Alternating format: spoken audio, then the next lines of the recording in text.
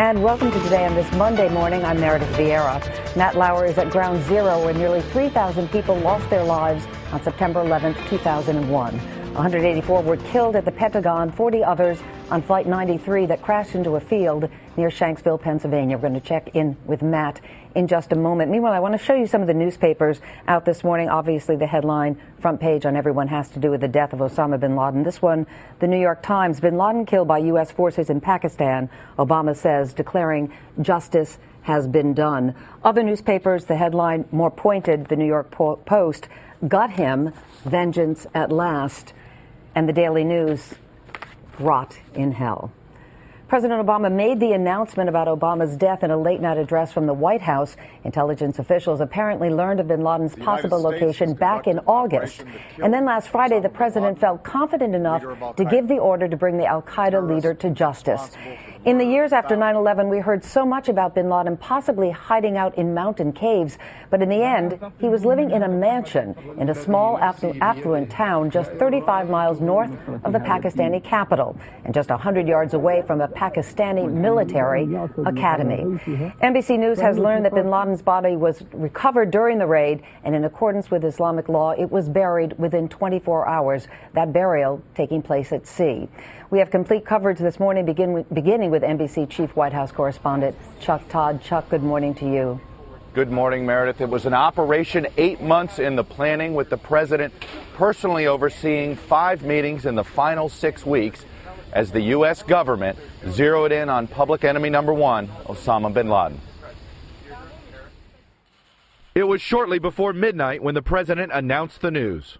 Tonight, I can report to the American people and to the world that the United States has conducted an operation that killed Osama bin Laden, the leader of al-Qaeda.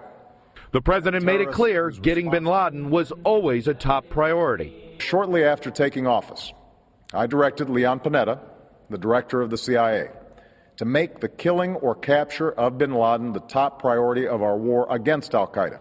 While intelligence officials long suspected bin Laden was hiding out in Pakistan, the exact location was not known until August.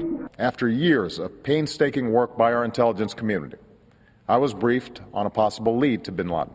That lead, a bin Laden courier whom intelligence operatives had been tracking for years, and he led them to a large compound in an affluent town 35 miles outside of Islamabad, Pakistan.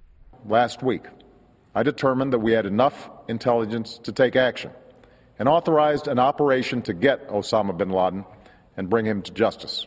The president gave that final order Friday morning in the Situation Room, just minutes before leaving Washington to tour the tornado devastation in Alabama.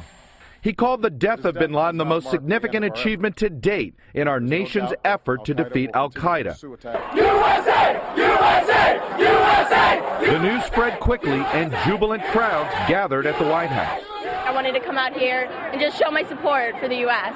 Sunday night, White House officials made dozens of calls to key leaders all over the country. The president personally briefed former Presidents Bill Clinton and George W. Bush, who called it a momentous achievement and added, "The fight against terror goes on, but tonight America has sent an unmistakable message. No matter how long it takes, justice will be done."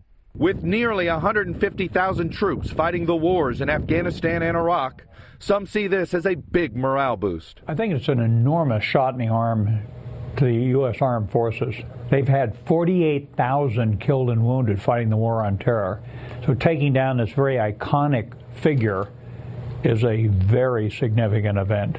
The president called the killing of bin Laden a testament to the greatness of our country.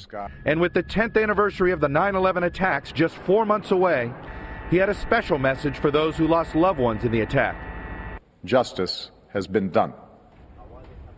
The administration is still deciding on how to release the visual evidence of the dead bin Laden. Meanwhile, we will hear from the president today around lunchtime as he has a scheduled Medal of Honor ceremony posthumously for 2 Korean War veterans, Meredith. But Chuck, just so I'm sure of what you're saying, the administration has made a decision that they will release evidence of the body. They haven't made that decision yet. They realize that that is necessary in some form, so they're still wrangling with how to do that, when to do that, and where to do that. All right, Chuck Todd, thank you very much.